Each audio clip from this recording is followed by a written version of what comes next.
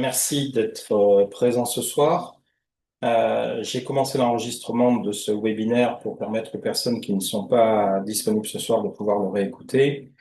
On va démarrer tout doucement. Je sais toujours que dans ce type de webinaire, les premières minutes, on a des personnes qui nous rejoignent et on a des bips, donc c'est assez gênant. Mais on va démarrer tout doucement. Donc, je rappelle les règles. Veillez à ce que le micro soit bien coupé pendant la partie de présentation. Ensuite, après une demi-heure de présentation, on aura la possibilité d'échanger. Vous aurez la possibilité de poser vos questions. Et ce soir, le thème du webinaire, c'est comprendre et maîtriser les phases clés de votre patrimoine. Ce webinaire vous est proposé par l'association NicoPro et il a été réalisé avec le groupe Olifant qui est avec moi ce soir, avec Charlotte Fichex et Félix Lasquez. Donc je vais les laisser comme ça, on va gagner un peu de temps. Je vais les laisser tous les deux se présenter l'un après l'autre. Pour moi, la plupart d'entre vous devez me connaître, donc je vais passer plus vite sur la présentation.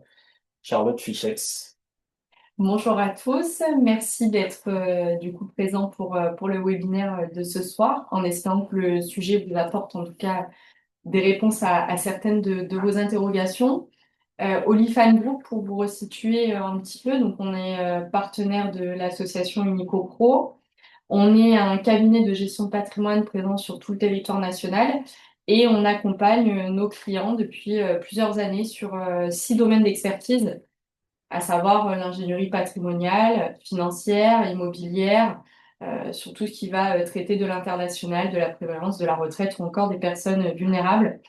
Tout ça pour dire que on a une vision à 360 degrés de la situation de nos clients et ça nous permet de mieux comprendre les enjeux, les phases dans lesquelles ils se situent et de les accompagner sur la durée. Ça, c'était pour refaire un petit point contexte de la société. Nous, qui sommes-nous? Donc, Charlotte Pichex, ancienne banquière. Aujourd'hui, je travaille. Alors, je faisais déjà ce métier au sein d'une banque et maintenant, je le fais pour un cabinet de gestion de patrimoine. J'ai rejoint Olifan il y a 1 an et demi justement pour me centrer sur l'humain et le conseil. Et j'ai la chance d'être accompagnée par Félix, mon collègue. Je te laisse te présenter. Vraiment. Moi, je m'appelle Félix Blasquez. Du coup, chez Olifan, ça fait 4 ans que je suis conseiller en stratégie patrimoniale. Ça fait plus de 15 ans que j'exerce le métier dans la région sud-est. Donc voilà. Et aujourd'hui, donc, j'accompagne la clientèle sur l'ensemble des problématiques que font face nos clients, à savoir la transmission du patrimoine, la valorisation du patrimoine, euh, et voilà, l'optimisation fiscale aussi. Voilà, plein de sujets qu'on traite auprès de nos clients. Merci Félix et Charlotte. Donc, comme je vous le disais en préambule, ce webinaire est un webinaire qu'on vous propose et on vous a déjà quasiment tous les mois proposé différents sujets comme la fiscalité, le rendement, l'aspect légal d'un bien en LMNP, la valorisation d'un bien en LMNP. Donc ce soir, on va se consacrer aux différentes phases d'investissement dans votre vie. Qu'est-ce qui se passe quand vous avez 25 ans? Qu'est-ce qui se passe quand vous en avez 50? Qu'est-ce qui se passe quand vous en avez plus de 65 ans?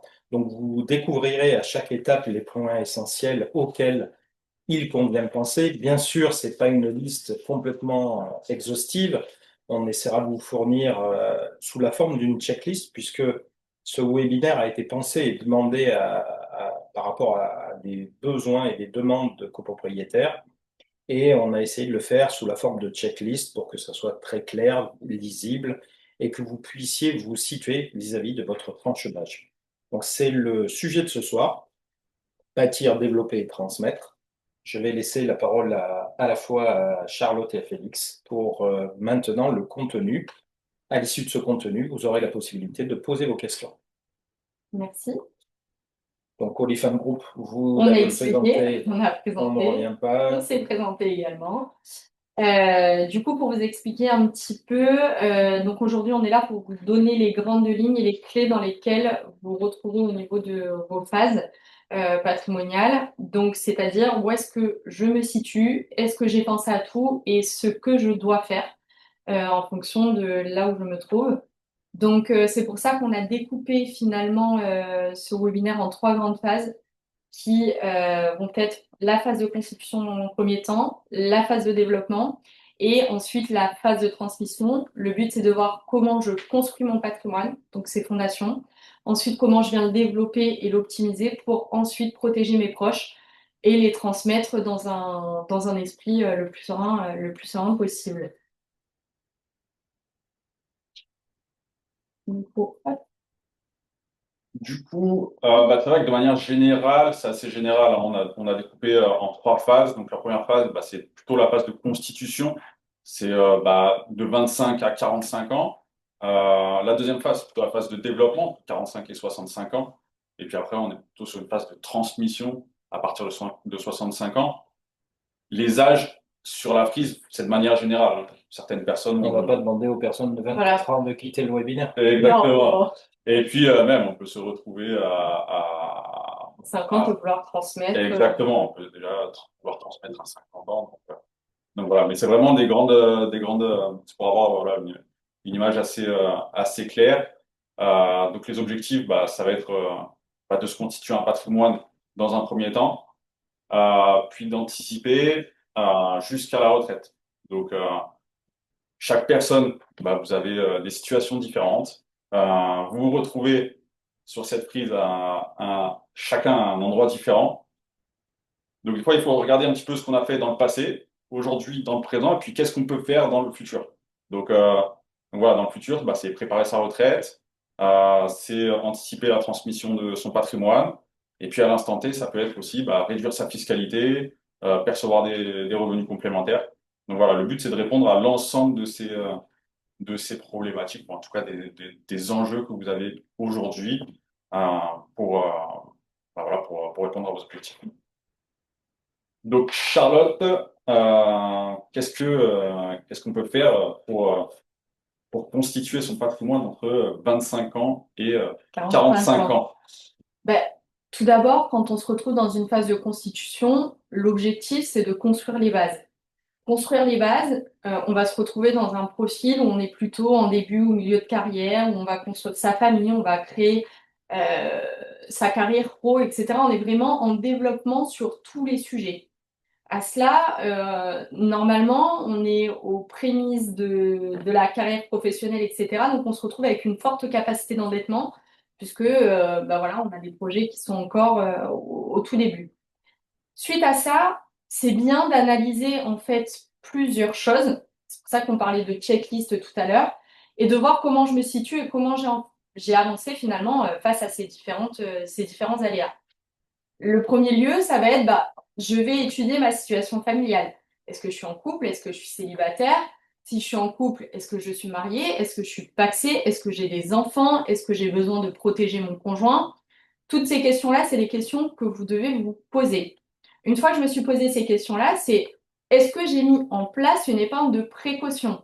C'est-à-dire, est-ce que j'ai de quoi faire face si demain ma machine à laver tombe en panne, si j'ai besoin de changer de voiture, etc. Et par rapport à ça, une fois que je me suis posé ces questions-là également, je vais me poser la question de savoir, dans les fondations de mon patrimoine, est-ce que je suis propriétaire de ma résidence principale? Oui, non. Pour commencer la base de votre patrimoine, il est toujours judicieux d'acquérir sa résidence principale pour justement stabiliser par la suite euh, votre logement, en fait, votre lieu de vie. Quand demain, à la retraite, vous allez avoir des revenus qui seront moindres, il vaut mieux capitaliser tout le temps de votre vie pour payer cet endettement. Également, est-ce que je me protège contre les aléas? Les aléas, ça veut dire, est-ce que je suis protégée s'il m'arrive un pépin, si je suis dans le coma? Si du coup, je suis dans le coma, je suis en incapacité physique, mais aussi en incapacité juridique. Donc, qui prend les décisions pour moi? sur ma société si je suis chef d'entreprise pour voilà, faire gérer les chantiers si je suis maçon par exemple, payer les fournisseurs, assurer le suivi auprès des clients, etc. Qui va prendre le relais? Ça, c'est un vrai sujet sur lequel il faut se poser finalement assez tôt. Ensuite, comment je me situe d'un point de vue fiscalité? Comme je suis en début ou milieu de carrière, j'ai forcément des revenus et comment est ma pression fiscale? En fonction de ma pression fiscale, qu'est-ce que je peux faire pour l'atténuer? J'ai des niches, est-ce que je les utilise? Ça, c'est des questions effectivement à se poser. Et ensuite, quels sont mes projets? C'est-à-dire, est-ce que moi j'ai un projet de vie tel que créer mon entreprise, faire un voyage, financer les études de mes enfants? Vous voyez, les projets peuvent être divers et variés et par rapport à ça, on peut établir du coup des stratégies qui vont être différentes et qui vont nous amener à choisir des supports qui vont du coup être différents, puisque après, ce sera vraiment du cas par cas par rapport aux critères que je viens de vous évoquer. Et pour vous donner une idée, du coup, Félix, est-ce que tu peux nous indiquer sur quel type de support par rapport à ces différents points qu'on a vus ensemble, on pourrait aller? Ouais, tout à fait. C'est vrai que il peut y avoir plusieurs objectifs. Le premier, c'est d'avoir une épargne de précaution. Ça, c'est toujours intéressant. Ça passe par, par des supports tels que le livret A, le LDD, et puis l'assurance vie. L'assurance vie, c'est un petit peu le couteau suisse de la gestion de patrimoine. Voilà, c'est l'outil qu'il faut avoir dans son patrimoine, voilà, quelle que soit sa situation. L'immobilier, du coup, le but, c'est quand même, voilà, Charlotte a très bien parlé de la résidence principale. Voilà, c'est l'acquisition de la résidence principale, mais aussi, si on a une capacité d'endettement, aussi, on peut aller chercher de l'immobilier locatif, donc investir dans un bien immobilier. Alors là, on a mis LMNP, ça peut être d'autres types d'investissements. LMNP, c'est location meublée non professionnelle. Je pense que vous maîtrisez très bien. Et puis après, c'est aussi se constituer une épargne à plus long terme. Et là, vous avez toujours l'assurance vie qui permet de se constituer une épargne dans un cadre fiscal avantageux, puisque les intérêts à partir de 8 ans, en cas de retrait, vous avez une exonération fiscale sur les intérêts. Vous avez aussi la possibilité de souscrire un PER. Le PER, c'est le plan d'épargne retraite. Le plan d'épargne retraite, c'est si vous avez la volonté de gommer des revenus qui sont fiscalisés. Donc, c'est un peu comme l'assurance vie. Vous versez sur un PER, et ce qui est versé sur le PER, vous le déduisez de vos revenus. Donc, ce qui va venir réduire votre revenu imposable et du coup économiser de l'impôt. Et ensuite, si vous êtes dans une entreprise où vous pouvez bénéficier d'un système d'épargne salariale avec le plan d'épargne entreprise, PE ou PERCO, qui permettent de cotiser et de ne pas être fiscalisé sur ses revenus. Charlotte a aussi évoqué la protection. Donc la protection, c'est la protection des revenus, c'est la protection de la transmission. L'investissement immobilier à crédit est très intéressant pour protéger son patrimoine. Ça permet de valoriser son capital, puisque à terme, vous allez avoir un bien qui va être détenu et qui va pouvoir générer des revenus. Il sera financé par les loyers que vous aurez reçus. En revanche, en cas de décès, pendant cette période de constitution du capital, du coup, en général, l'assurance de prêt vient rembourser le crédit. Du coup, ça a un effet prévoyance également qui est très puissant, puisque vous aurez un patrimoine qui sera transmis à votre conjoint, à vos enfants. Donc voilà, c'est la prévoyance, voilà, c'est quelque chose voilà, d'important. Voilà, protection des revenus, qui est important aussi à ce, à ce moment-là, en cas d'invalidité, en cas d'arrêt de travail. Et les derniers placements, pour aller chercher un petit peu plus de risques, vous avez la solution du PEA, plan d'épargne en action, qui permet d'investir de manière un peu plus dynamique sur les marchés financiers. Vous avez aussi la possibilité d'investir en SCPI, Société civile de placement immobilier. Si vous avez du capital, vous pouvez l'investir euh, sans avoir de soucis de gestion. Vous investissez dans l'immobilier euh, via des SCPI qui nous permettent d'avoir des revenus qui sont distribués. C'est possible de le faire à crédit aussi. Donc, si vous n'avez pas envie de subir les lois de la gestion locative sans passer par un gestionnaire en LMNP, Douteux. voilà, vous pouvez facilement aller investir dans des SCPI en utilisant l'effet de levier du crédit. Euh, donc voilà, différentes solutions à ce niveau à cette phase, voilà, de constitution du patrimoine. Ça fait quand même pas mal d'outils qui permettent de se constituer un patrimoine entre 25 et 45 ans. Le but, bah, c'est d'essayer de construire ce patrimoine-là avec différentes briques euh, pour justement euh, soit acheter sa résidence principale et pour investir ensuite pour ça. Et vous parliez de tous les deux de placement de dynamique à la fin. Mm. Est-ce qu'on peut faire un rapport vous parlez aussi de risque par rapport au gain. Plus on est risqué, plus on a des chances d'avoir des gains, et plus on va avoir un profil bon père de famille, moins Mm. les revenus sont envisagés. Est-ce que ça, c'est vraiment une règle d'or? Oui, alors en plus, c'est vraiment du cas par cas parce que quand on va établir les stratégies, donc vous voyez, il y a plusieurs supports qui sont disponibles. Ça ne veut pas dire qu'on préconise tout aux clients, mais qu'on va les piocher en fonction de là où on se situe, de ce qui a été constitué, etc.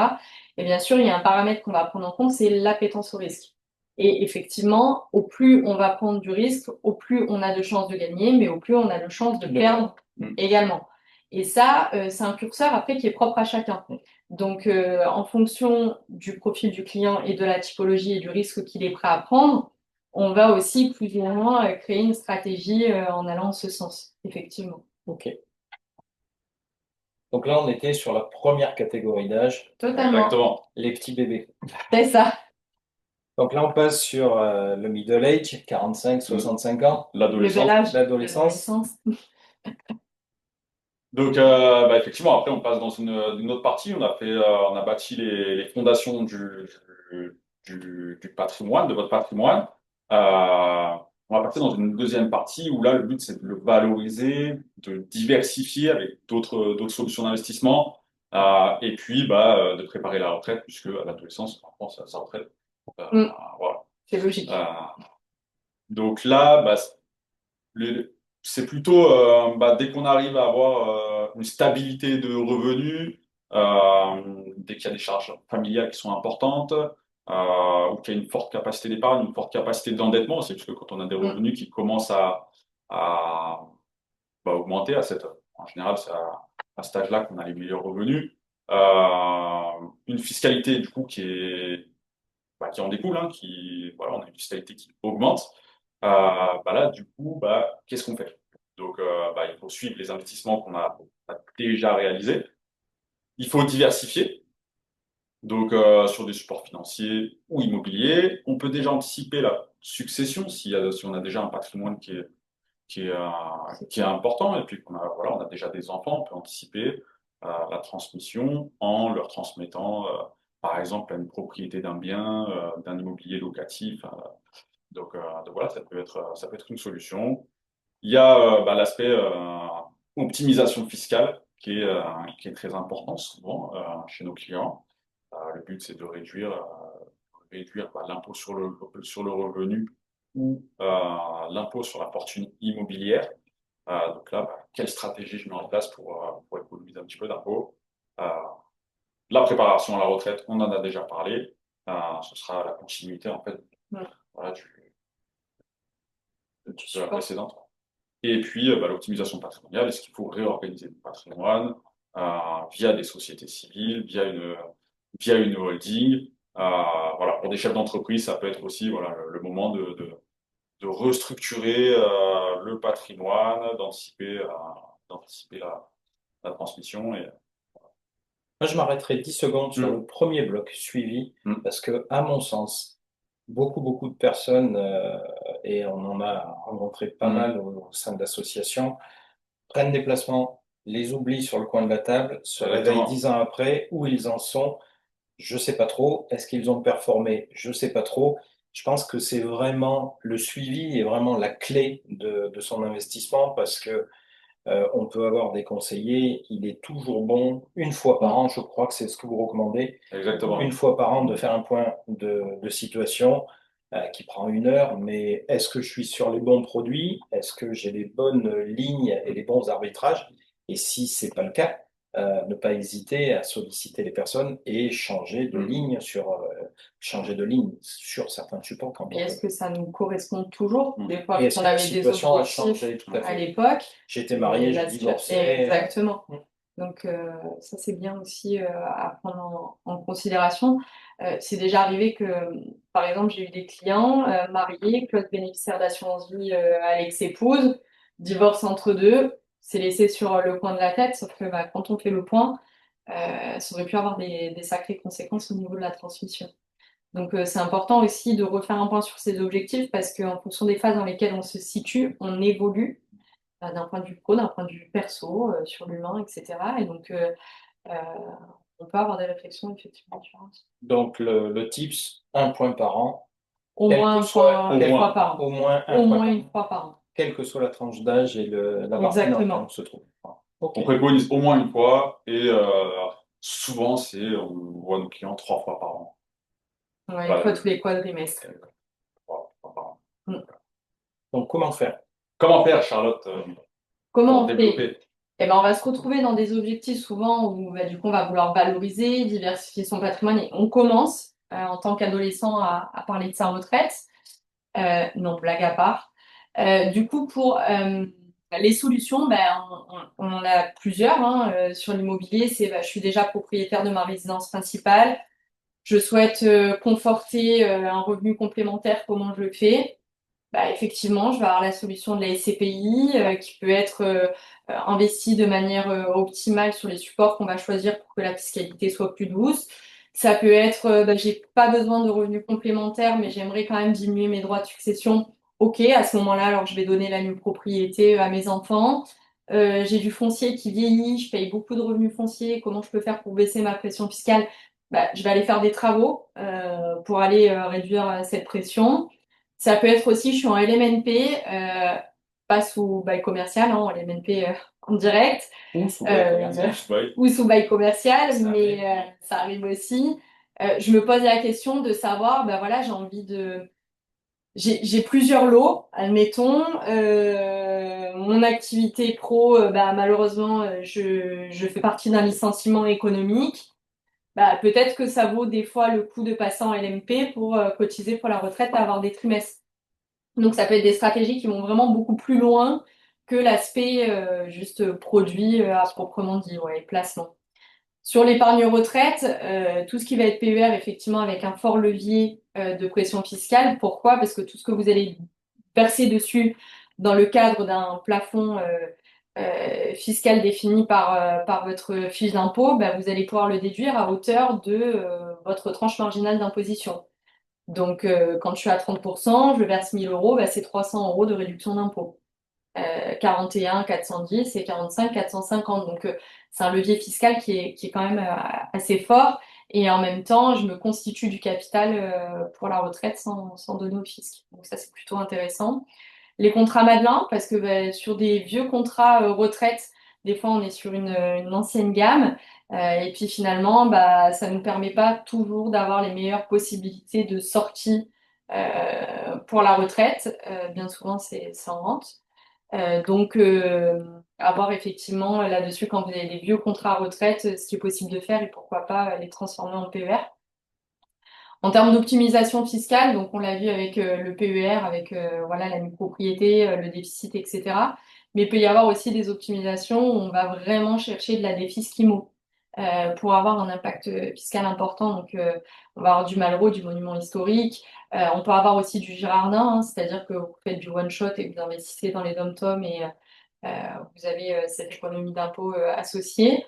On va diversifier ses placements, c'est-à-dire que on va avoir un peu d'action, on va avoir de l'assurance vie, on va s'ouvrir vers de nouveaux investissements et types d'investissements comme du private equity, qui sont des actifs non cotés qui permettent d'aller créer de la richesse, qui sont décorrélés des marchés financier, donc qui permet d'avoir une moins forte volatilité.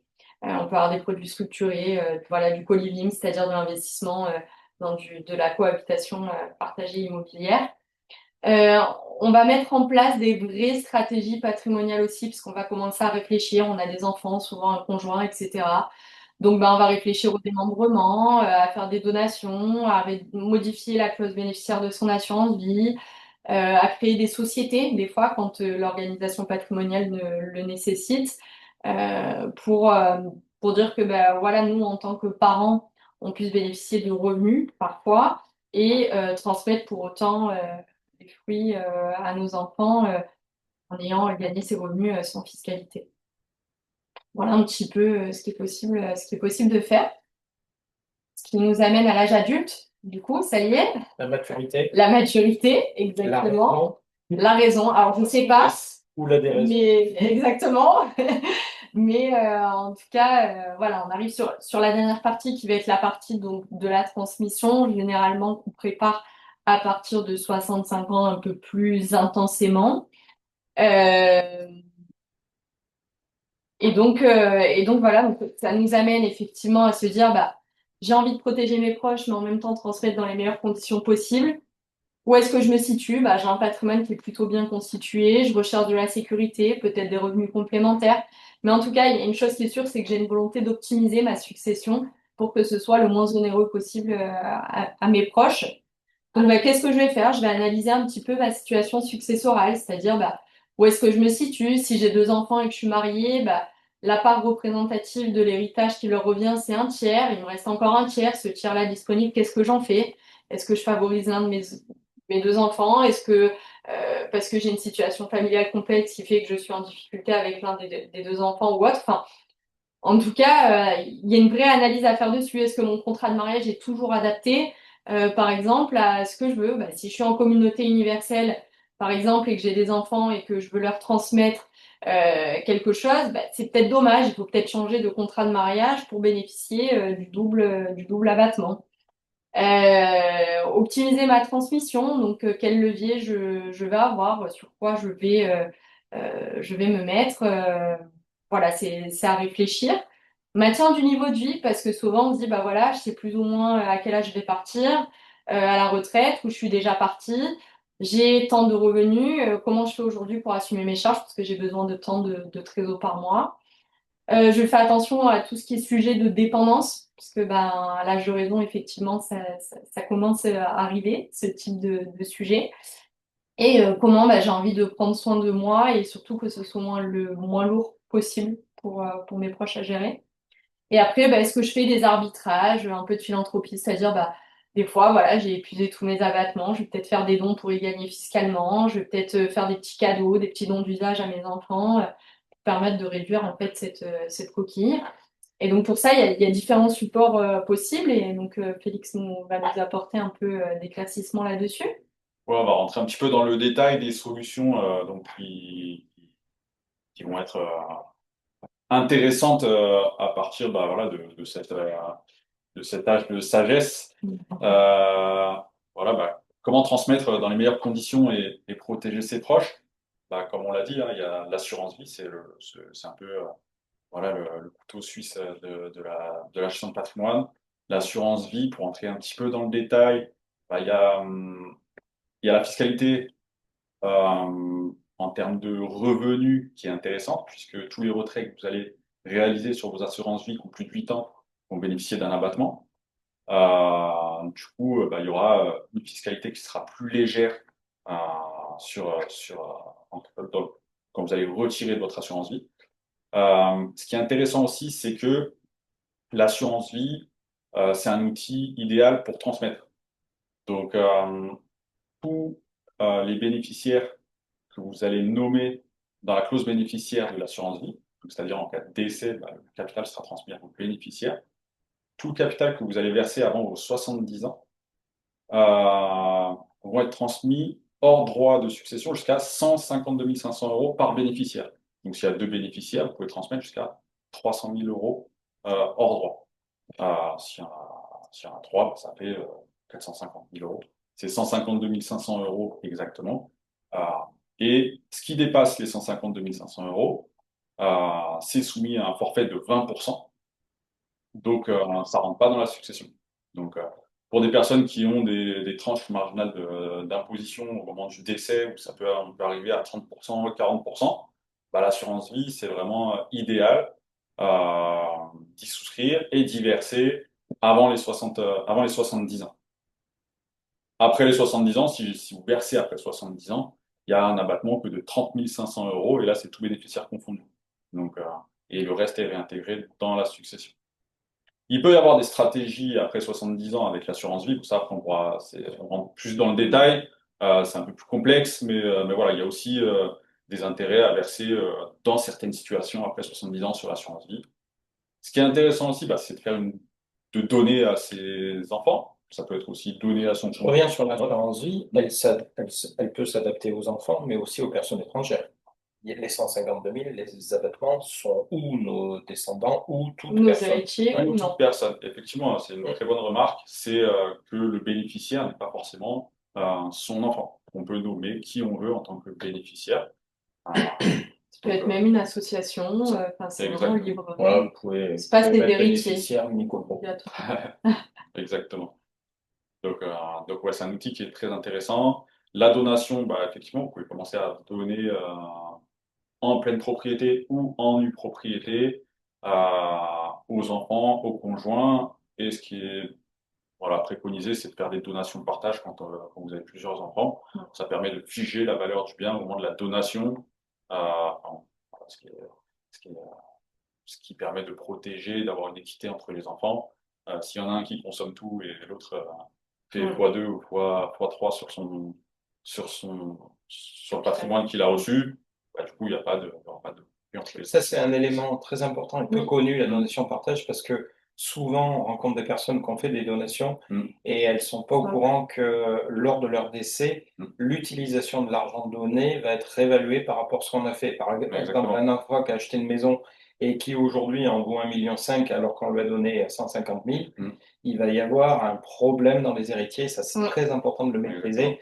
Au contraire, la donation partage va figer la valeur au moment où on Au donne. moment de la donation, donner Ouais. 100 000 euros à chacun des enfants, euh, bah, à un moment du décès, il y aura Et un là, rapport de on a 100 des 000 euros. surprises dans les familles, souvent. Exactement. Souvent, c'est des donations simples qui sont réalisées et pas des donations partage. Ouais. Voilà, vraiment, la donation partage est très importante. En tout cas, si c'est la volonté d'avoir une équité. Oui, mais après, les équités sur la valeur de l'argent, on la connaît pas. C'est pas parce qu'on Exactement. pensait que la maison Mm. allait prendre de l'argent, si allait prendre de la valeur, si elle dévalue, on aura des problèmes aussi. D'accord.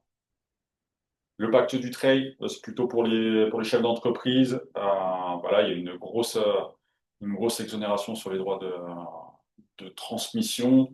Voilà, le but, c'est de donner à ses enfants la valeur de la société et il y a vraiment une économie substantielle sur le pacte du trade. Donc ça, voilà, le but, c'est vraiment quand il y a un souhait de transmettre son outil professionnel, donc quand on est chef d'entreprise, à ses enfants. Le GFI, c'est le groupement forestier. C'est très efficace. Pareil, quand on rentre dans des tranches à 20, 30, 40%, le GFI, c'est le groupement forestier.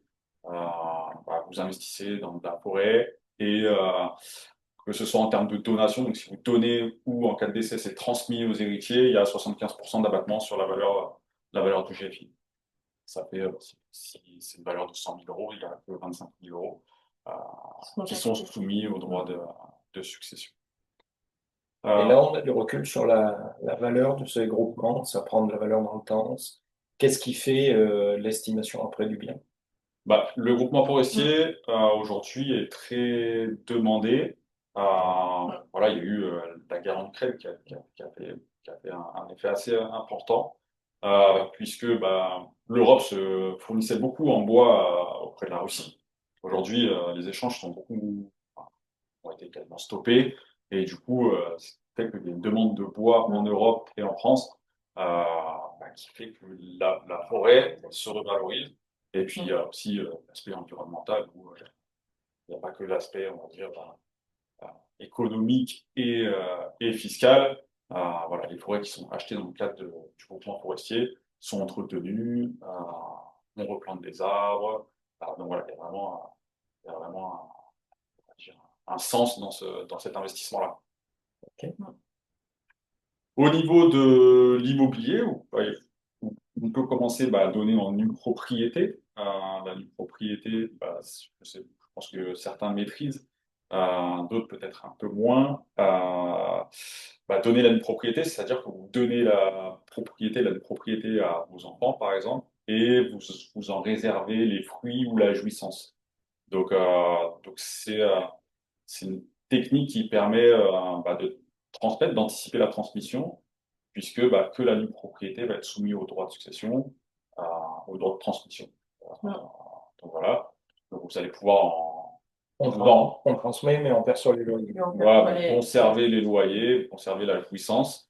Euh, et par exemple, à 65 ans, la nue propriété vaut 60% du bien. Donc sur un bien qui coûte 100, vous allez transmettre que 60. Vous allez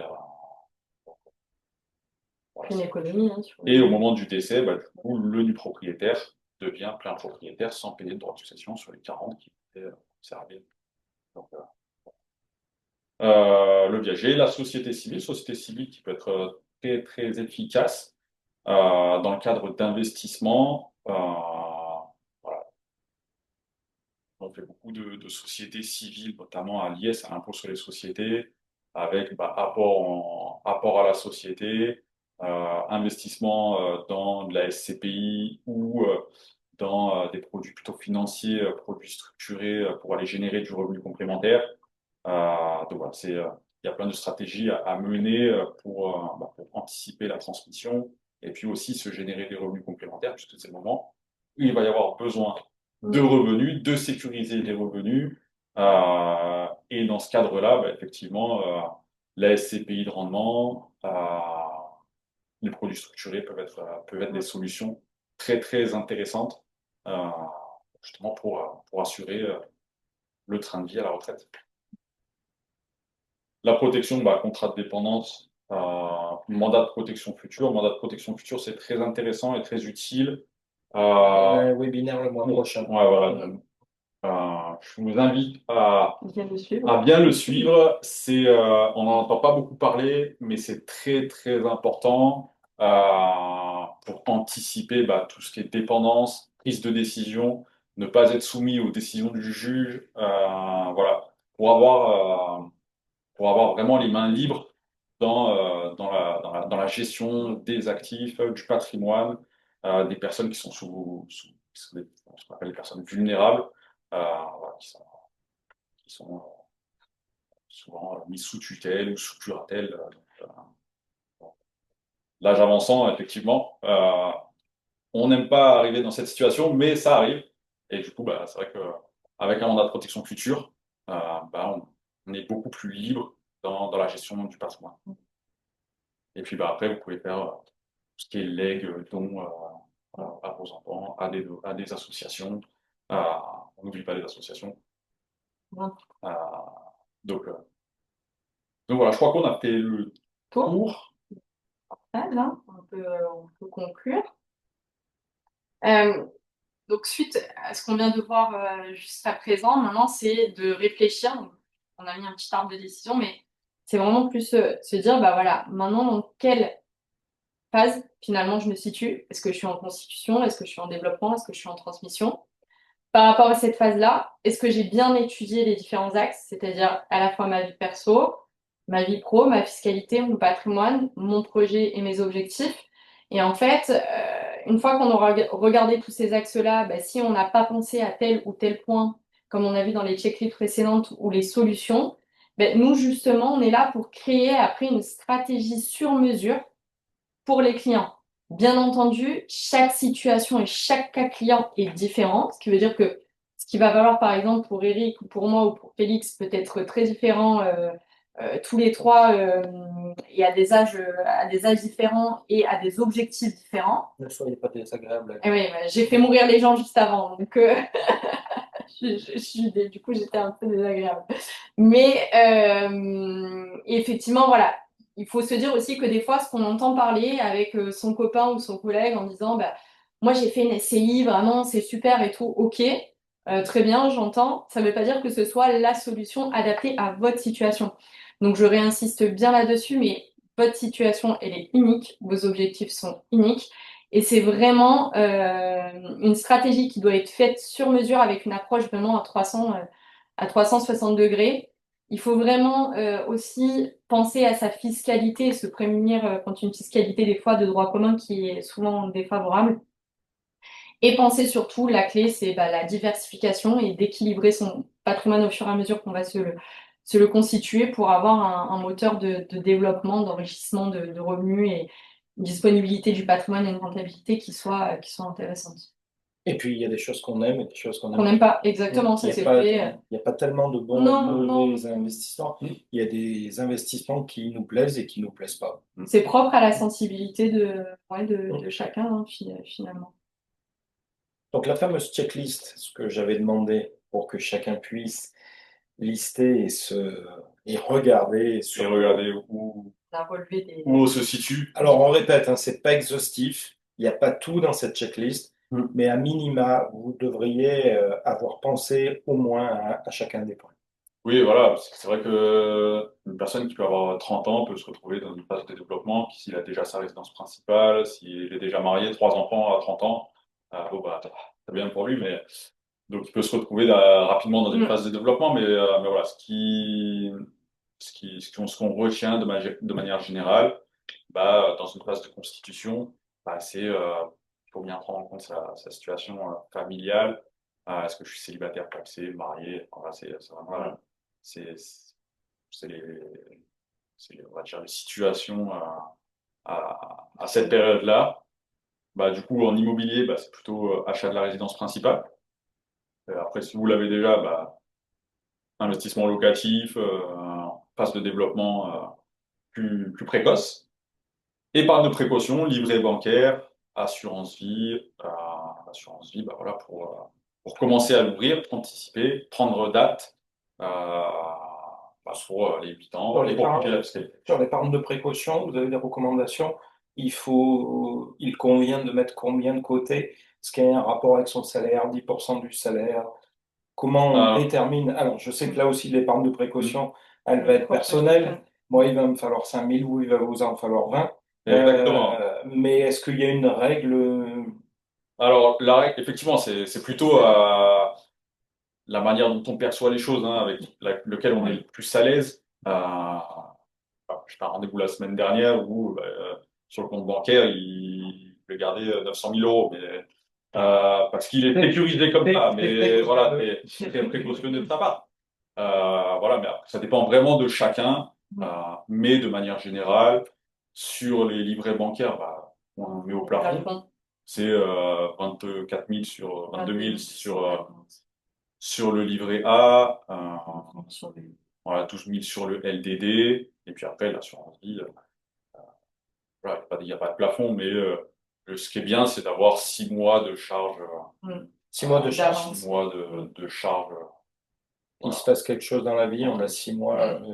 Exactement, voilà, on a de l'épargne de côté, disponible rapidement, voilà, on peut. Certaines personnes en ont moins, d'autres. Souvent, c'est au plafond, hein. Très bien. Ensuite, il y a la phase de développement. La phase de développement, c'est plutôt de la diversification. On va commencer à investir, à diversifier. Donc là, c'est via l'immobilier, donc par des SCPI, via du co-living, c'est de la colocation, de l'épargne retraite, PER, euh, et puis private equity, produits structurés, optimisation fiscale, impôt sur le revenu, PER, Girardin. Ça, c'est différentes solutions d'investissement pour réduire sa fiscalité. Et préparation à la retraite avec le PER, aussi, Madelin, assurance vie. Donc voilà, plusieurs solutions d'investissement qui vont être mises en œuvre dans cette phase de développement. Et puis, dans la phase de transmission, toujours l'assurance vie, réaliser des donations et le GFI, le groupement forestier. Le but, c'est aussi de maintenir son niveau de vie donc, via la distribution de revenus. Donc là, SCPI ou banque viagère. Et puis l'organisation de la dépendance avec contrat de prévoyance et mandat de protection futur. Maintien de revenus, c'est plus, je vais être à la retraite, je vais perdre X% de mes revenus. Voilà. Exactement. Les formes de charge, comment je Qu'est-ce peux que je peux faire combler. pour combler tout ça? Surtout que le fossé entre les revenus d'activité et les pensions de retraite aura tendance Diminuer. À diminuer. enfin, le fossé va plutôt grandir. Encore Oui. creuser. Voilà, c'est vrai qu'on a une retraite par répartition Mm. qui a tendance voilà, à avoir des gros écarts entre le moment où je suis en activité et le moment où je suis à la retraite. Donc, c'est vrai que capitaliser pendant sa période d'activité, de développement, c'est vrai que c'est important. Ok, alors on arrive à la fin donc. Exactement. Merci pour votre attention. On va ouvrir les micros dans quelques instants. Oui, On rappelle aussi quelques slides avec les valeurs du micro-pro, la transparence, la solidarité, l'engagement, la responsabilité, la collaboration. Vous allez toutes et tous recevoir le replay de ce webinaire, plus la présentation. Vous avez la possibilité de poser des questions. Vous pouvez aussi contacter parce que comme le disait Charlotte et Félix, chaque situation est personnelle, donc elle nécessite souvent un entretien personnel. Et puis on va vous laisser la parole quelques instants pour poser les questions les plus basiques. Donc je vais arrêter la présentation et à partir de maintenant, c'est toujours la première question la plus délicate. Donc, vous pouvez ouvrir vos micros et individuellement poser vos questions, si vous en avez, bien sûr. En tout cas, on se tient à votre disposition avec Félix, même si vous n'osez pas des fois poser une question parce qu'elle peut relever d'une situation un peu particulière et personnelle. S'il y a besoin, il n'y a pas de sujet, on peut faire un entretien ensemble et décorréler un petit peu tout ça pour vous accompagner. Monsieur Daudet, je crois Oui, je me déjà. permets, j'ai Oui, découvert quelque chose parce que je suis détenteur d'une carte handicapée 100%. oui, Et j'ai vu que dans les abattements successoraux, on dit comme ça peut-être, oui, il y a 159 325 euros de plus. oui. exactement. Et je pense que c'est pas assez. Comment dire, j'ai découvert complètement par hasard, moi, ce truc-là. Mm. Et je me rends compte qu'il y a beaucoup de personnes qui ont un handicap à 100, 50%. Mm. Et peut-être l'indiquer de temps en temps, ou parce que c'est un peu un monde un peu obscur, cette histoire, quoi. Voilà. Alors, je me permettais, parce que vous étiez là, de le mentionner parce que ça peut intéresser certaines personnes, peut-être. Tu as tout Voilà. à fait raison, Oui, Olivier. Il y merci. a, il y a des points comme ça sur lesquels on s'est un petit peu arrêté. Ils Mm. sont méconnus Mm. et qui ont souvent besoin d'être un petit peu mis au devant de la scène parce que c'est peu connu du public pour des raisons diverses et variées. Mm. Mais il est bon quelquefois de les remettre. Et c'est pour Moi, ça je aussi vois qu'au la situation cabinet, actuelle que j'ai. J'ai ma maman qui veut vendre sa maison, sa résidence eh principale. oui, Mon père est décédé. Et en fait, je me suis même imaginé, je vais chez le notaire, je ne dis pas que j'ai la carte handicapée, et puis il y a 160 000 euros qui passent sous le nez comme ça, quoi. Mm. mm, eh Donc, oui. voilà. Bon, c'était juste une parenthèse. Je vous remercie. Et très bonne Merci, parenthèse. c'est très bonne parenthèse, effectivement. Et pour info, en fait, on est en partenariat, donc, nous, avec une association qui s'appelle France Tutelle, qui accompagne les personnes, justement, en situation de handicap ou, on va dire, qui sont vulnérables. Donc, ça peut être le handicap, ça peut être mis sous protection de justice, etc. Et on est souvent mandaté, après, par les juges ou autres, pour pouvoir les accompagner. On a un pôle, justement, spécifique au cabinet pour pouvoir traiter de ces informations. Donc, c'était hyper pertinent, Monsieur Loubet, votre intervention. Merci. D'autres questions? Ben, je continue, hein. Allez-y. Écoutez, moi, j'ai eu la mésaventure de rencontrer une personne qui était mal intentionnée au niveau c'était une conseillère de gestion patrimoine. Ah, Ça m'a fait faire vraiment des placements vraiment minables, je dirais, pour être direct. Quelle est la durée ou combien d'années après on peut porter plainte, entre guillemets, quoi, ou entamer une procédure de réparation, à votre Alors, avis? c'est plus l'avocat, hein, Alors, moi, j'ai une partie de la Mm. réponse par le biais de Maître Ah Humbert, ben, oui. puisqu'on en a déjà parlé. Il faut regarder comment ont été vendus les produits et quels étaient les contrats. Très souvent, malheureusement, sur les contrats, ils vont rajouter pas mal de clauses de dégagement total de responsabilité vis-à-vis des produits vendus. Et là, ça devient très, très difficile. Je sais au Maestria, Olivier, que vous avez une procédure en cours sur le promoteur et que Mhm. Maître Nicolas Chambé a réussi dans cette procédure à Mhm. aller impliquer les gestionnaires en patrimoine. C'est pas si facile que ça. Pour différentes raisons. Souvent, ils ont aussi fermé les structures. Mais c'est surtout la clé, c'est le contrat d'accompagnement qui avait été signé à la base et le contenu de ce contrat. Malheureusement, on voit beaucoup de contrats où ils n'ont aucune obligation de résultat, où tout a été dégagé. Donc, quoi qu'il arrive, c'est pour nous, entre guillemets. Ça, en fait, c'est bien de prendre la tâche, je pense, avec un avocat pour Mhm. avoir une idée de si c'est attaquable ou pas. Parce que D'accord. Et après, enfin, je suis pas spécialiste dans ce domaine, mais il y a le fond et la forme. Effectivement, il peut y avoir la commercialisation de produits, Mm. de solutions d'investissement euh, qui vont être très peu rentables, enfin, qui vont vous faire perdre de l'argent. Euh, mais après, il y a le fond et la forme, c'est-à-dire est-ce qu'elle a respecté toute la réglementation, Devoir d'information. tout son devoir de conseil. Voilà, il y a ces deux choses-là qu'il faut regarder. Le produit qui a été commercialisé et comment elle a commercialisé. Est-ce qu'elle a respecté l'ensemble de ses obligations professionnelles, sachant que les conseillers en gestion de patrimoine, on peut rentrer dans le détail, on est contrôlés par l'AMF, par la CPR. Mm.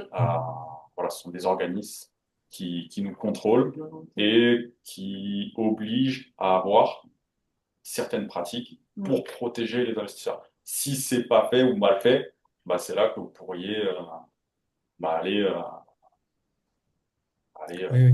voilà, Et, aller l'attaquer sur Olivier, sans aller trop dans mais le je sais pas. détail personnel, est-ce que tu penses à d'autres produits que les deux produits immobiliers dont Ah, complètement, oui. Là, D'accord. je passe à la louche, franchement à la louche, hein, que j'ai été blousé de 500 000 euros à peu près, Hmm. parce qu'elle nous avait vendu des Sofica, je crois que c'est des participations dans le Ah cinéma, oui, dans l'audiovisuel. des produits Aristophil à la hauteur de 85 000 euros. Oui, ok. On a tout perdu. Il y avait quoi encore? Il y avait de l'immobilier Verifort Capital, ça vous dit quelque chose? Ouais. C'est une boîte allemande qui rachète des immeubles, qui les rénove avant qui C'est décrépissent trop l'achat-revente. vite. Voilà, c'est pareil, là, on a eu une chute énorme. Donc, plus les deux produits que tu connais, Eric, avec Zénitude, là, on en a à peu près pour 330 000 d'immobilier. Donc, à la louche, ça fait à peu près 500 000 euros Je te qu'elle nous a. propose, Olivier, de faire une petite consultation d'une demi-heure avec Maître Imbert et Ouais. de lister ses produits et Mm. qu'elle te donne son feedback. D'accord, super, Et Eric, vous, merci. si on peut Ouais. accompagner sur, effectivement, sur ce que vous avez aujourd'hui, ce qui est mis en Mhm. place, comment on peut faire pour en déboucler, est-ce qu'on peut vous apporter une solution qui vous permettra d'aller régénérer un peu de création de richesse pour atténuer cette moins-value. Mhm. On peut peut-être aussi vous apporter des solutions là-dessus, effectivement. Et Félix et moi, on se tiendra disponibles. On en reparle Ouais, en off, Olivier. super, ouais, merci beaucoup. Si on peut t'aider, ça sera volontiers. Merci beaucoup. D'autres questions? Dépêchez-vous parce qu'Olivier va en poser une quatrième. Moi, j'avais une question sur l'assurance vie. Oui. Donc, si j'ai bien compris, avant 70 ans, on peut placer 150 000 euros qui seront sans fiscalisation. En gros, l'assurance vie, tout ce que je vais verser avant 70 ans, à hauteur de 152 500 par bénéficiaire désigné au contrat, ça n'intègre pas votre succession. Ça veut dire que, imaginons, admettons, j'ai deux enfants, j'ai mis 300 000, c'est 300 000 cadeaux pour eux, hein. Et après 70? Et après 70 ans, vous avez un deuxième abattement, c'est ce qu'il expliquait Félix, de 30 500, mais cette fois-ci, tout bénéficiaire confondu. Je vous prends le cas de deux enfants, ben, ils se répartiront du coup les 15 000, puisque le reste est réintégré par contre à la succession de là de ces 30 500. Mais en plus des 150. En plus des 152 500 versés avant, totalement. D'accord, ok, ça marche. Il faut prendre vraiment les dates Mm. de versement. Est-ce que vous versez avant 70 ans ou est-ce que vous versez après 70 ans? Ok, ça marche. Vous avez ces deux abattements. Merci. Et souvent, pour éviter de mélanger les abattements, Ah, il y a les versements qui sont effectués avant 70 ans sont réalisés sur un contrat ou plusieurs contrats. Et si vous réalisez des versements après 70 ans, on ouvre un nouveau contrat, vous ouvrez un nouveau contrat pour, euh, pour séparer les fiscalités et que ce soit plus simple au moment de la succession. D'accord. Ok, merci. D'autres questions?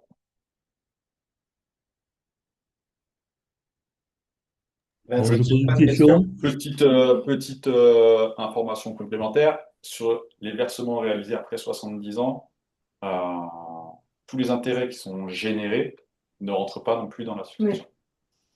c'est vrai, important de le préciser. Donc, Est-ce on que peut vous laisser pouvez, capitaliser un contrat sur. Sur plusieurs années. Voilà. est-ce que vous pouvez nous expliquer ce qu'est le equity? J'ai vu à un moment donné ce mot. Oui, equity. Private equity. Exactement, merci Eric. Alors, tu y vas, ok. Bon, comme tu veux.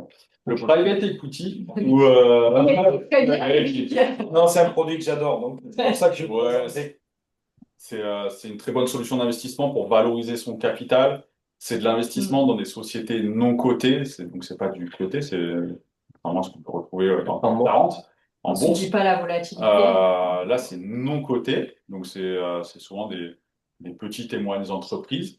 Ça va de l'investissement dans la start-up à l'investissement en petites et moyennes entreprises qui sont déjà bien installées avec des bonnes rentabilités, Croissance. en forte croissance, installées à l'international. Donc vraiment, il y a un panel de sociétés qui existent.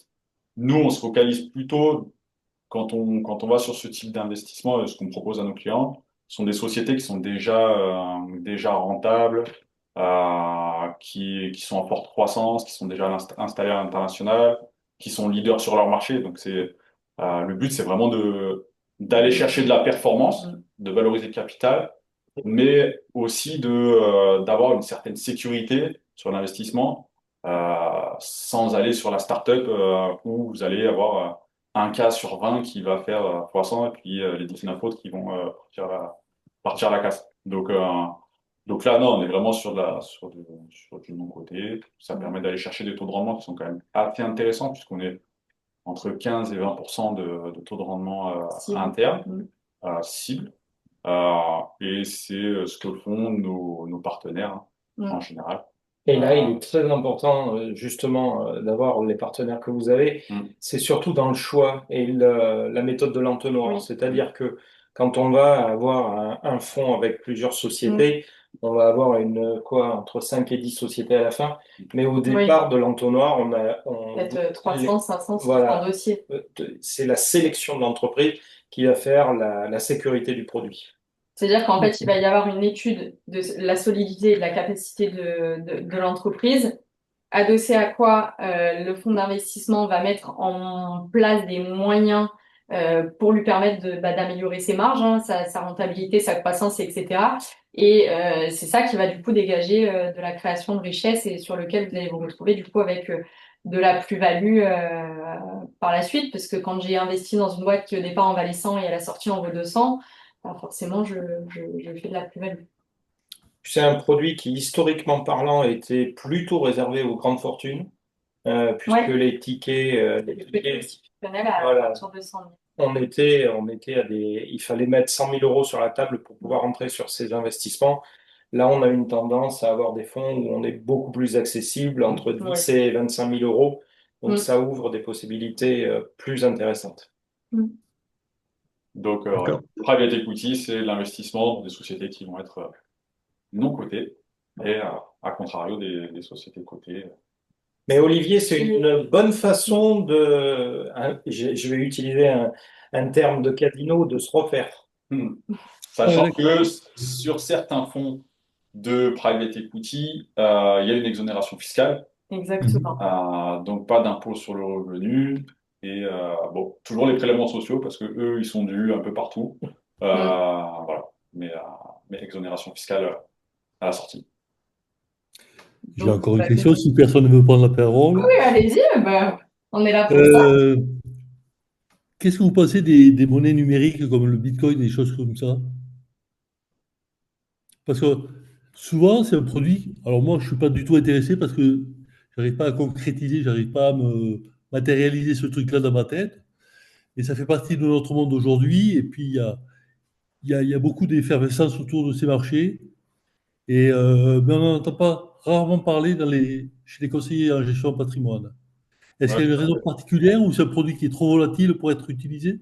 C'est Bah, c'est volatile, hein. vous avez répondu à votre propre question. C'est ça. Ok, C'est très volatile et Extrêmement volatile même. voilà, Mm. extrêmement volatile. On a des niveaux de volatilité qui sont très importants et on peut pas se permettre d'aller enfin, d'orienter nos clients sur ce type Non. d'actifs. Non. d'accord. S'ils veulent le faire à leur titre perso, voilà, Embêtant. propre compte. On a des clients qui le font pour eux, mais ben, nous, on va pas accompagner nos clients avec ce type de solution. D'accord. Si demain, peut-être, je ne sais pas si ça se sécurise, si peut-être qu'on y Ah, c'est viendra. encadré, quoi. Voilà. C'est plus encadré. Si c'est plus encadré, si on a plus de visibilité. Mm. Mhm. Aujourd'hui, c'est très. Enfin, pour nous, c'est très peu. Il faut avoir peur de rien. Et puis, si tu veux aller sur ces marchés, il faut se dire que ta mise, tu es prêt à accepter que tu la perdes. Ah, Euh, c'est le casino, quoi. voilà, Mm. il y a 4 ans, il y a 5 ans, je suis rentré sur une petite mise sur le Bitcoin. J'ai vu ma mise passer de 100 à 0,1, c'est-à-dire j'ai vu tout fondre, j'ai laissé ces remontées et j'ai vendu à 120. J'ai eu beaucoup de chance, mais j'ai passé des moments où je voyais que j'avais plus rien. Donc, Mhm. quand on parle de volatilité, c'est extrêmement volatile. Mm. Mhm. D'accord. Merci. Ça dépend après, bah, effectivement, de la sensibilité L'appétence au au risque. risque. Mm. Est-ce que vous êtes Mhm. plutôt sensible au risque ou pas?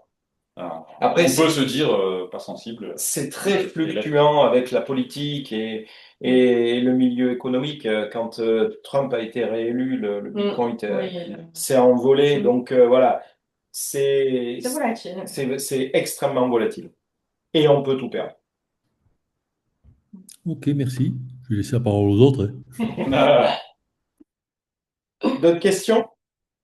Sur la fiscalité, sur les produits, sur la transmission. Sur la transmission, oui, parce qu'on s'aperçoit aussi Mm. que c'est souvent un sujet tabou de parler de transmission. Et bien souvent, finalement, quand on en parle, ça permet aussi d'être plus serein pour sa propre personne, de se dire, bah voilà, j'ai un peu cadré les choses, je laisse pas ce poids et cette charge à mes enfants, et moi en même temps, je pars en me disant que mes volontés sont respectées, et des fois, ben, malheureusement, il y a eu des décès où ça n'a pas été préparé. Et ça nous arrive de voir des familles du coup qui se déchirent parce que ça n'a pas été préparé. Donc c'est pas un tabou, n'hésitez pas à en parler et à le préparer. Déjà, on a rencontré ces dernières années et on a accompagné au sein de l'association certains cas où les personnes étaient angoissées. J'ai un dossier que j'ai géré avec Charlotte où on avait vraiment une angoisse. Et le fait d'aller, la personne ne voulait pas parler de sa mort et de ce qui pouvait se passer, et était horriblement inquiète sur l'après et sa mort. Mm. Et le fait de tout éclairer, le fait de tout expliquer, le fait de mettre en place des solutions, à un moment, elle a dit, ben, je dors mieux. Mm. Voilà. Elle a ressuscité. On lui a offert 2 années de vie supplémentaire. Oh, C'est c'est déjà pas pas mal. impossible, hein. C'est pas impossible. L'angoisse fait du mal, donc oui. Ouais, il y en a qui parlent. C'est ça. J'ai une autre question, si vous voulez, mais à moins qu'il y ait quelqu'un. Il y avait Alain qui avait une question, mais le micro est Allez-y, coupé. allez-y, allez. Non, plus de questions. Donc tu peux y aller, Olivier. J'ai mon futur gendre là qui m'a dit l'autre jour, Olivier, toi qui t'y connais un peu, comment je peux placer 200 000 euros? Ben, j'ai dit, écoute, à mon avis, il faut que tu ailles voir un conseiller de patrimoine. Tu en vois peut-être trois et tu verras celui avec lequel tu as plus d'affinité, avec qui tu te sens mieux. Mm. Et c'est un bon conseil. Alors, ça peut être des fois à double tranchant parce que vous pouvez retomber sur un Le très conseiller très bon commercial. avec qui vous entendez très bien, mais qui malheureusement va vous orienter sur des choses qui sont de très forte rémunération pour lui, Mhm. et donc il Mhm. peut y avoir un conseil qui est intéressé. Non, moi je pense que la meilleure des réponses à lui donner, c'est de venir voir Félix ou Charlotte, du coup. Tout à fait. Non, je rigole, hein. Oui, non, non. Effectivement, déjà, il faut que le conseiller s'intéresse vraiment à lui et pas à la somme qu'il y a. Donc, si son conseiller lui dit, OK, vous avez 200, avec vos 200, je fais ça, sans avoir checké les points qu'on a vus au préalable, c'est-à-dire sa situation perso, pro, ses objectifs, sa fiscalité. Enfin, si vraiment il n'y a pas eu une analyse de tout ça, la stratégie qui va être mise en adéquation n'est pas forcément la stratégie en adéquation face à ces situations et ces objectifs. Et on peut se retrouver après par la suite avec voilà, des situations un peu compliquées dans lesquelles, par exemple, vous vous êtes retrouvé aussi à un moment donné. Donc, je Mhm. dirais que pour que le conseiller soit bien, il faut qu'il s'intéresse à vous. Et ce qui est Ok. important, Mm. pardon, Et puis, je pense que dans l'audience ce soir, il n'y a pas de secret. On a tous eu à un moment soit un institutionnel bancaire, soit un conseiller en gestion de patrimoine. Je Mm. pense à toutes les personnes qui ont du bail commercial, où on a eu la vérité, mais qu'une partie de la vérité, où on nous a pas dit beaucoup de choses. Et tous ces mensonges, ou mensonges par omission, était là pourquoi? Parce que ceux qui nous ont vendus prenaient quasiment 7 à 8% sur le montant de notre investissement. Donc, on est sur des résidences à 100, entre 100 et 200 000 euros. Ça fait vite 7 à 15 000 euros à chaque vente. Mm. Donc, effectivement, on a des vendeurs, de très bons vendeurs. Et moi, le premier, hein, je suis tombé dans le panneau et je croyais au message de mon conseiller en gestion de patrimoine. J'en ai signé deux. Et quand j'ai commencé à découvrir 2 ans après la livraison, tout ce qu'il y avait derrière le bail commercial, ben, c'est là où je me suis rendu compte qu'on m'avait pas tout expliqué. Mhm. pour rebondir Mm. sur ce qu'a dit Eric, euh, nous, on a fait une étude au bureau, chez Olifan, sur ce qui est important pour vous, Mm. c'est avoir un conseiller qui est compétent, qui a une formation. Nous, ici, on est Mm. tous Diplômé. diplômés Bac+5, donc en gestion de patrimoine. Donc, on a des masters en gestion de patrimoine. Mm. Ce que veulent nos clients, c'est aussi comprendre leurs produits. Donc là, on est vraiment dans le cœur de ce que vous disiez et de ce que disait Eric, c'est-à-dire de comprendre ce que vous faites. Le bail commercial, c'est très compliqué. Euh, vous pouvez le faire. C'est comme ça, c'est assez simple, mais quand on rentre dans le détail, bah, ça peut devenir compliqué. Donc, ce qui est important, c'est que vous compreniez, donc votre fils qui comprenne bah, ce qu'il fait comme investissement et Mhm. pas bah, faire Que ce soit transparent. voilà, que ce soit transparent, pas faire. Mm. Voilà. Donc, c'est vrai que voilà, ce sont des points qui sont importants euh, euh, dans le choix du conseiller. Il viendra voir Charlotte Mm. s'il a envie, mais il peut aller voir quelqu'un d'autre. Mais voilà, ce qui est important, c'est ça, voilà, les compétences et qu'ils comprennent très bien ce qu'ils fassent pour qu'ils puissent, pour qu'ils puissent suivre son investissement et aussi qu'il soit suivi dans le temps. Tout à fait. Parce Ouais, que ouais. ça aussi, c'est un besoin chez nos clients, c'est le suivi. On en a parlé en tout Mm. début avec Eric. Quelqu'un qui est là juste pour faire une opération, Mm. voilà. Après, s'il y a un suivi qui se fait dans le temps, bah là, déjà, ça peut être Mhm. plus sécurisant pour lui. Après, il peut aller sur des actifs très risqués, hein, s'il a envie d'aller. Mais en tout cas, il faut qu'il y ait un suivi La gestion. sur la En gestion et relation. la relation qu'il a avec son conseiller. D'accord. Voilà. Merci. De rien. D'autres questions? S'il y en a plus, on Je va... n'ai, Michel, je n'ai pas de questions, mais un petit témoignage. Il se trouve que, il y a quelques mois de cela, avec Eric et Charlotte, on a Mm. évoqué effectivement mon cas. On a aligné l'ensemble des chiffres, très bien, mais à aujourd'hui, j'ai compris qu'il faut prendre beaucoup de recul pour dire, mais voilà, quel est mon projet? Mm. Dans quelques années, je me vois comment? Et c'est ce qui prend le plus de temps, enfin, parce que la vie nous réserve des fois des surprises, hein, Mm. quand on a des enfants, quand on est marié, et ainsi de suite, hein. Mais voilà, se projeter dans quelques années n'est pas une chose évidente. Donc, Charlotte, on va se rencontrer de nouveau bientôt. C'est vrai. Merci de votre patience et puis à bientôt, hein. Eh ben, merci beaucoup en tout cas pour votre témoignage. C'est Merci, gentil. De Michel. rien. Une dernière question? Alors, s'il n'y a pas de dernière question, on va conclure. Un grand merci pour votre présence ce soir. Un grand merci pour votre fidélité sur les webinaires parce que de plus en plus, ils sont suivis, ils sont demandés et ils sont aussi demandés quand les personnes ne sont pas disponibles d'avoir les replays. Donc, merci pour cet intérêt que vous portez. Le prochain webinaire aura lieu le 29 octobre de tête comme ça. C'est la date. Il sera animé avec notre notaire partenaire, Maître Caroline Plachevalier, et elle vous parlera de 3 sujets. 2 sujets liés au mandat, dont au mandat de protection future. Et puis, comme Caroline est une notaire qui dépoussière un petit peu le métier, je lui ai demandé de trouver les mots qui feront qu'on aura un sujet intéressant sur la transmission. Donc, je lui ai demandé de relever le challenge, de vous parler de transmission et que ce soit intéressant et que ça soit surtout pas anxiogène. Donc, elle aura cette mission et elle sera avec nous le mardi 29 octobre, si c'est le 29 octobre un mardi. Voilà.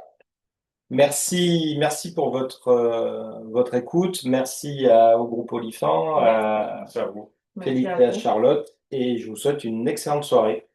À très Bonne bientôt. soirée. Au revoir. Au Bonne revoir. soirée. Au revoir, bonne soirée. Au revoir. Merci d'être présent ce soir. J'ai commencé l'enregistrement de ce webinaire pour permettre aux personnes qui ne sont pas